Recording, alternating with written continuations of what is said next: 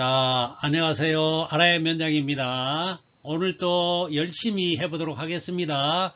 구독, 좋아요 부탁드리겠습니다. 감사합니다. 제2절 화재의 예방과 경계에 대해서 알아보도록 하겠습니다. 첫 번째, 화재의 예방 조치 등. 여기는 지금 별이 4개고요. 1급에 해당되는데 아주 중요하죠. 이 내용들 1, 2, 3, 4 항목들 중요합니다. 내용을 살펴보도록 하겠습니다. 첫 번째 명령권자는 소방본부장, 소방서장이다. 명령권자는 소방본부장, 소방서장. 두 번째 대상자. 소방본부장이나 소방서장은 화재의 예방상 위험하다고 인정되는 행위를 하는 사람. 인정되는 행위를 하는 사람에게 조치를 내릴 수 있습니다. 또 소방활동에 지장이 있다고 인정되는 물건의 소유자, 관리자, 점유자, 소관점이죠. 소관점 관계인에게 명령을 할 수가 있습니다. 그러면 그 대상 행위는 어떻게 됩니까? 첫 번째, 불장난, 모닥불, 흡연, 화기 취급, 풍등 등 소형 열기구 날리기 그 밖에 화재 예방상 위험하다고 인정되는 행위의 금지 또는 제한. 두 번째, 타고남은 불 또는 화기가 있을 우려가 있는 재의 처리. 세 번째, 함부로 버려두거나 그냥 둔 위험물 그 밖에 불에 탈 수 있는 물건을 옮기거나 치우게 하는 등의 조치. 자, 이 빨간색으로 지금 칠해진 이 부분이 굉장히 중요한 부분입니다. 자, 네 번째 보겠습니다. 소유자의 불분명. 소방본부장이나 소방서장은 위험물 또는 물건의 소유자, 관리자 또는 점유자. 여기도 관계인이죠. 주소와 성명을 알 수 없어서 필요한 명령을 할 수 없을 때에는 소속 공무원으로 하여금 그 위험물 또는 물건을 옮기게 하거나 치우게 할 수 있습니다. 자, 그 내용을 살펴보면 소방본부장이나 소방서장은 옮기거나 치운 위험물 또는 물건을 보관해야 됩니다. 이거 뭐 경매 처분하거나 폐기 처분하면 안 됩니다. 보관해야 되고요. 소방본부장이나 소방서장은 위험물 또는 물건을 보관하는 경우에는 그 날로부터 14일 동안 소방본부 또는 소방서의 게시판에 그 사실을 공고해야 됩니다. 다시 한번 살펴봅니다.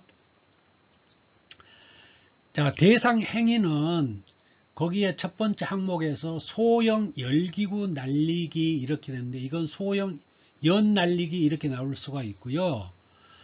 또 이 밑에 쭉 와서 보면은 소유자의 불분명에서 필요한 명령을 할 수 없을 때는, 그러니까 주소와 성명을 알 수 없어서 필요한 명령을 할 수 없을 때는 소속 공무원입니다. 하여금 그 위험물 물건을 치우게 할 수 있다. 이렇게 되어 있고요. 그 다음에 물건을 보관해야 된다. 위험물 또는 그 물건을 보관해야 된다. 그 다음에 그 날로부터 보관하는 날로부터 14일 동안 소방본부 또는 소방서의 게시판에 그 사실을 공고한다. 14일 동안이에요. 근데 이거를 소방본부 소방 게시판이 아니고 뭐 관보에 게시한다. 뭐 유력 일간지에 게시한다. 이 말은 틀립니다. 자, 두 번째, 화재 경계 지구의 지정. 여기도 1급에 별 4개입니다. 중요합니다. 여기는 제가 좀 설명할 필요가 있을 것 같아요. 화재 경계 지구의 지정. 이거는 좀 특이하거든요. 그럼 화재 경계 지구는 왜 지정할까요? 그리고 지정권자가 왜 시도지사일까요? 바로 이것은 화재 경계 지구의 지정은 소방서에서 하기가 어렵습니다. 너무 광범위하고 그거를 파악하기가 시스템상으로 어렵기 때문에 이거는 지자체가 잘 알겠죠. 지자체에서. 그래서 이 지정관자는 시도지사가 되고요. 화재경계지구는 왜 지정을 하냐면 화재경계지구는 화재가 났다. 그러면은 막대한 인명피해와 재산피해가 예상되기 때문에 그런 지구는 특별히 지정을 해서 평상시에 예방활동 및 어떤 순찰활동 이런 것들을 철저히 하게 해서 화재경계지구로 지정을 하는 것입니다. 그래서 여기 화재경계지구의 지정은 관할 소방서장이나 소방본부장이 아니고 지정권자가 시도지사입니다. 이것만 특이합니다. 이것만. 나머지는 다 뭐 소방본부장, 소방서장, 소방청장 이렇게 나오는데 이 화재경계지구의 지정만 시도지사입니다. 군수 아니에요. 시도지사입니다. 자, 대상 지역을 살펴보도록 하겠습니다. 첫 번째, 시장지역. 두 번째, 공장 창고가 밀집한 지역. 세 번째, 목조 건물이 밀집한 지역. 네 번째, 이연물 저장 처리 시설이 밀집한 지역. 다섯 번째, 석유 화학 제품을 생산하는 공장이 있는 지역. 여섯 번째, 산업 입지 및 개발에 관한 법률 제2조 8호에 따른 산업단지. 일곱 번째, 소방시설, 소방용수시설 또는 소방 출동로가 없는 지역. 여덟 번째, 소방청장, 소방본부장 또는 소방서장이 화재경계지구로 지정할 필요가 있다고 인정하는 지역. 이렇게 8가지가 있는데요. 이 중에서 1번에서 5번까지가 다음 페이지에 나오는 화재 통지지역, 불이 나거나 뭐 구조가 필요하다거나 할 때에 이 통지하는 지역이 1번부터 5번까지가 중첩이 됩니다. 1번부터 5번. 그러니까 1번부터 8번까지는 반드시 알되 1번부터 5번까지는 다음 화재 통지 지역하고도 똑같기 때문에 이걸 구분해서 머릿속에 이렇게 넣어둘 필요가 있다. 자, 자세히 더 살펴보도록 하겠습니다. 자, 밀집한 지역 꼭 들어가야 되고 밀집이란 말이 들어가야 됩니다. 이온물 저장 처리 시설의 밀집한 지역을 판매 시설이 밀집한 지역 이렇게도 표현할 수가 있고요. 석유 화학 제품을 생산하는 공장이 있는 지역 이런데 출하하는 창고가 있는 지역 이렇게 나오면 틀립니다. 위에도 X, 이것도 X입니다. 산업 입지 개발에 관한 법률 제2조 8호에 따른 산업단지 이래야 되는데 그냥 산업단지 이러면 이것도 틀립니다. 소방시설, 소방용수시설, 소방출동로가 없는 지역 여기에서 보면은 뒤에 당구 표시가 되어 있죠. 6번 항목, 7번 항목이 당구 표시인데 왜 제가 이걸 당구 표시를 해놨냐면 뒤에 통지지역, 정말해서 화재가 났을 때에 통지하는 그 지역하고 구분이 되는 게 5번 항목이기 때문에 6번, 7번이 좀 색다르다. 그래서 이게 당구 표시를 해놨고요. 이 당구 표시를 다른 항목, 즉 말해서 이 다음 페이지에 나오는 화재 통지 지역에다 쏙 넣어놓습니다. 이거를 넣어놓으면 헷갈리겠죠. 이 화재 경계 지구에 있는 내용이 들어있는 내용이기 때문에 헷갈립니다. 그래서 이 6번, 7번이 다른 답으로 이렇게 많이 들어갑니다. 그래서 제가 당구 표시를 해놨고요. 그래서 1번, 5번까지는 꼭 외우셔야 되고 알아야 됩니다. 자, 다음으로 넘어가도록 하겠습니다. 자, 앞페이지에 이어서 하겠습니다. 자, 앞전에 이항에도 불구하고 시도지사가 화재경계지구로 지정할 필요가 있는 지역을 화재경계지구로 지정하지 아니하는 경우 소방청장은 해당 시도지사에게 해당 지역의 화재경계지구 지정을 요청할 수 있다. 자, 소방청장입니다. 관할 소방서장이 아니고 위에 높으신 분이에요. 소방청장이 해당 시도지사에게 화재 경계 지구로 지정해 주십사 요청을 하면 시도지사가 검토해서 화재 경계 지구로 지정할 수가 있어요. 자, 이 내용 중요합니다. 여기서 시험 문제 나왔습니다. 제3절 소방활동 등, 자, 별 3개고요. 1, 2급에 해당됩니다. 화재 등의 통지. 화재 등의 통지는 누가 합니까? 자, 누가 하는지 살펴보죠. 화재 현장 또는 구조, 구급이 필요한 사고 현장을 발견하는 사람. 그 사람은 누구에게? 관할 소방본부장 또는 소방서장에게 그 사실을 통지를 해야 되는 거예요. 통지를. 자, 두 번째. 다음 어느 하나에 해당하는 지역 또는 장소에서 화재를 오인할 만한 우려가 있는 불을 피우거나 연막 소독을 하려는 자는 시도의 조례로 정하는 바에 따라 관할 소방본부장 또는 소방서장에게 신고해야 된다. 이랬어요. 이거 보면 밑줄 쳐졌고요. 빨간 글씨입니다. 중요합니다. 자, 여기 지역에서 불을 피우거나 연막 소독을 하려는 자는 신고하라고 했는데 그 지역은 1번부터 6번 항목에 있는 지역입니다. 살펴보겠습니다. 첫 번째 시장 지역, 두 번째 공장, 창고가 밀집한 지역, 목조 건물이 밀집한 지역, 네 번째 이어물의 저장 및 처리 시설이 밀집한 지역, 다섯 번째 석유화학 제품을 생산하는 공장이 있는 지역, 여섯 번째 그 외 시도의 조례로 정하는 지역 또는 장소.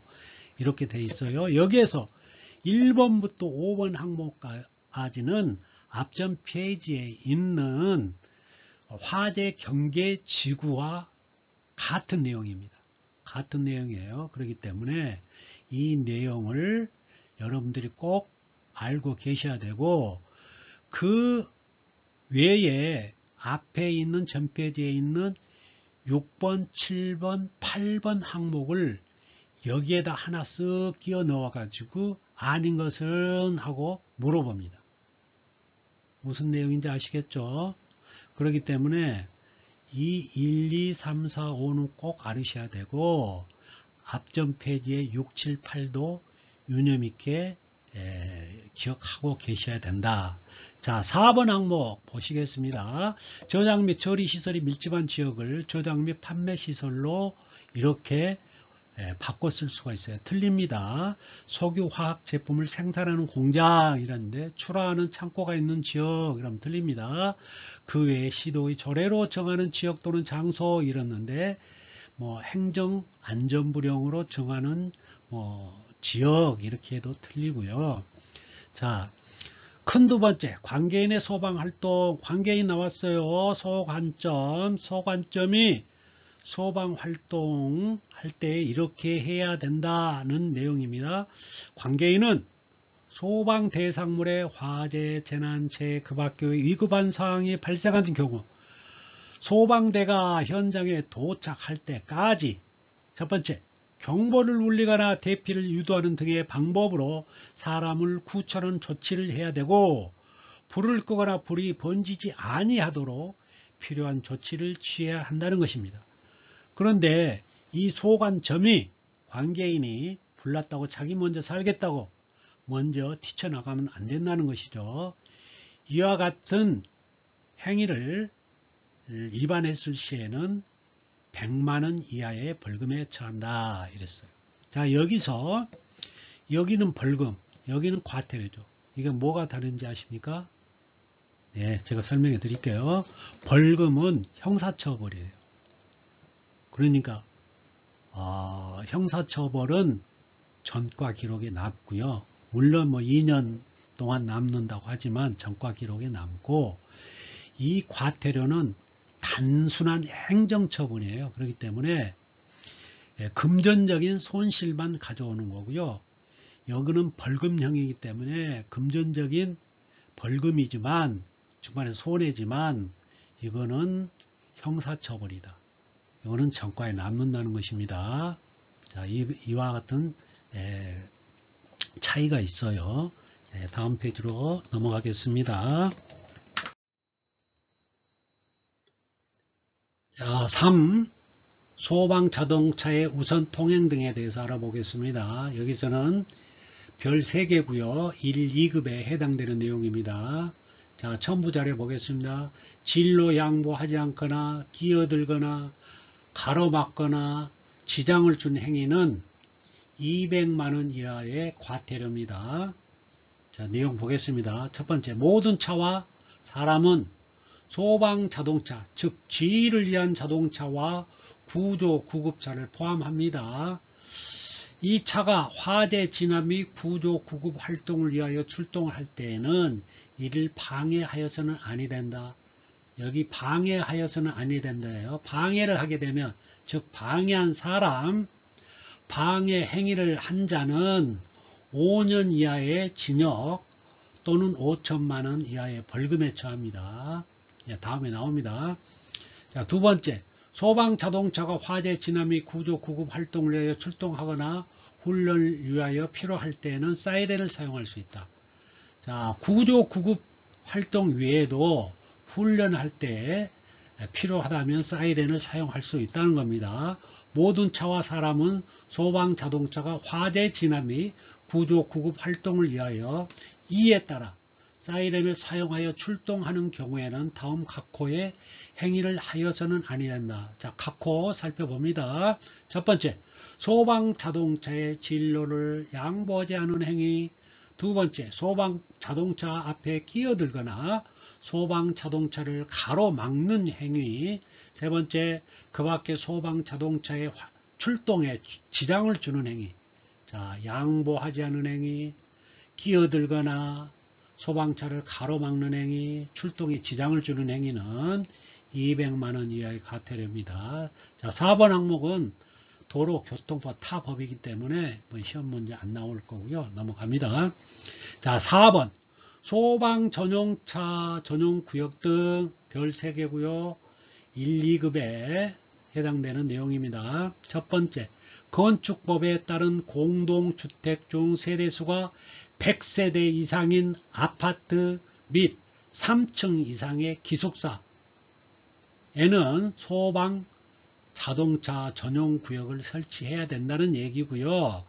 두 번째, 누구든지 소방 자동차 전용 구역에 차를 주차하거나 전용 구역에 진입을 가로막는 등의 방해를 해서는 아니 된다. 즉 방해 행위를 금지한다는 것이죠. 자, 전용 구역에 주차를 했어요. 100만원 이하의 과태료에 처합니다. 자, 5번째, 소방대의 긴급 통행, 도로 빈터 무리입니다. 소방대는 화재, 재난, 재해 그 밖에 위급한 상황이 발생한 현장에 신속하게 출동하기 위하여 긴급할 때는 공적인 그런 도로 아니고 개인 쓰이지 아니하는 도로, 빈터, 물 위로 통행이 가능합니다. 그러니까 개인의 토지라든가 뭐 빈터라든가 물을 사용할 수가 있고요. 그래서 소방대 긴급 통행을 할 때는 이렇게 남의 사유지를 사용할 수가 있다는 얘기입니다. 자, 그러면 요 위에 잠깐 살펴보도록 하겠습니다. 건축법에 따른 공동주택 중 이렇게 됐어요. 이 공동주택은 어떤 것을 공동주택으로 말합니까? 건축법에서. 자, 말씀드릴게요. 아파트 등 주택으로 쓰이는 층수가 5층 이상인 주택이에요. 자, 아파트 등 주택으로 쓰이는 층수가 5층인 주택을 공동주택이라고 하는데, 일반적으로 우리가 아파트죠. 여기서 지금 100세대 이상인 아파트를 언급하면서 공동주택을 지금 말했어요. 그래서 그걸 얘기하는 거고요. 자, 5층 이상인 주택으로 쓰이는 그런 층수가 5층 이상인 주택을 공동주택이라고 말한다. 그 다음에 기숙사, 3층 이상의 기숙사는 뭐죠? 기숙사는 이제 많이 알고 있죠. 학교 또는 공장 내에서 학생들이나 종업원 등을 위해서 쓰이는 공동 취사 등을 할 수 있는 그런 구조물을 갖춘 건물을 말하는 거예요. 그러니까 이게 취사가 주거의 형태가 개별적으로 방마다 취사 형태가 따로 갖춰졌으면 이거는 기숙사가 아니에요. 공동으로 취사가 공동을 할 수 있는 그런 건물을 기숙사라고 말합니다. 이게 종업원이나 학생들이 주로 쓰이는 그런 공간이죠. 넘어가겠습니다.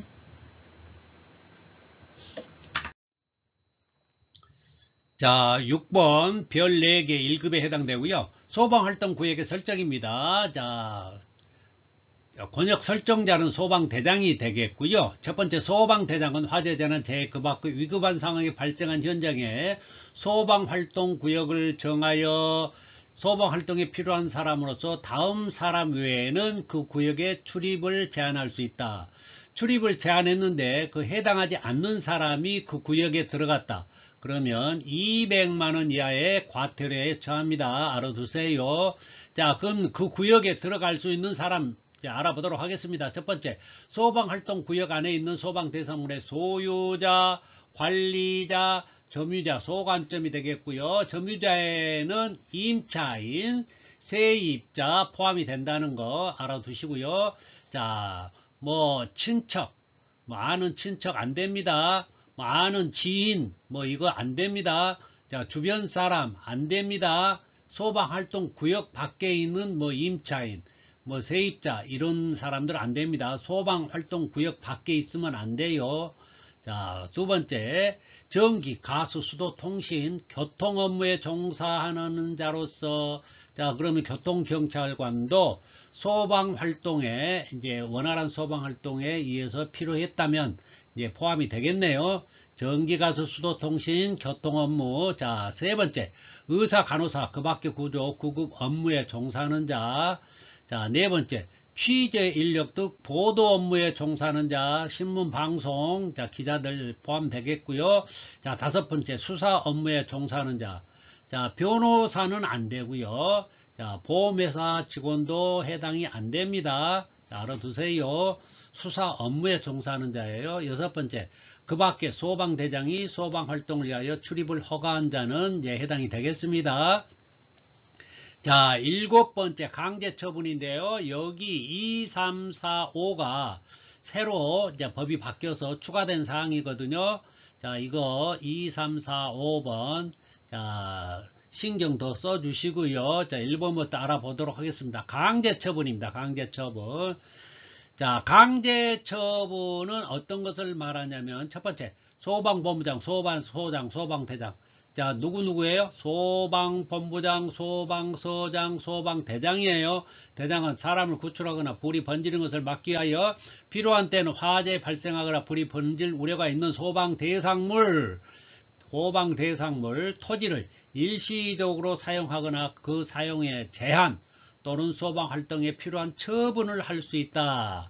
자, 법이 이렇게 1항만 있었는데요. 이제 추가가 됐어요. 여러 가지 소방 활동하다 보니까 소방관들이 이런저런 이유로 인해서 지장을 많이 받고 있기 때문에 이런 사항들을 2, 3, 4, 5를 추가했습니다. 보겠습니다.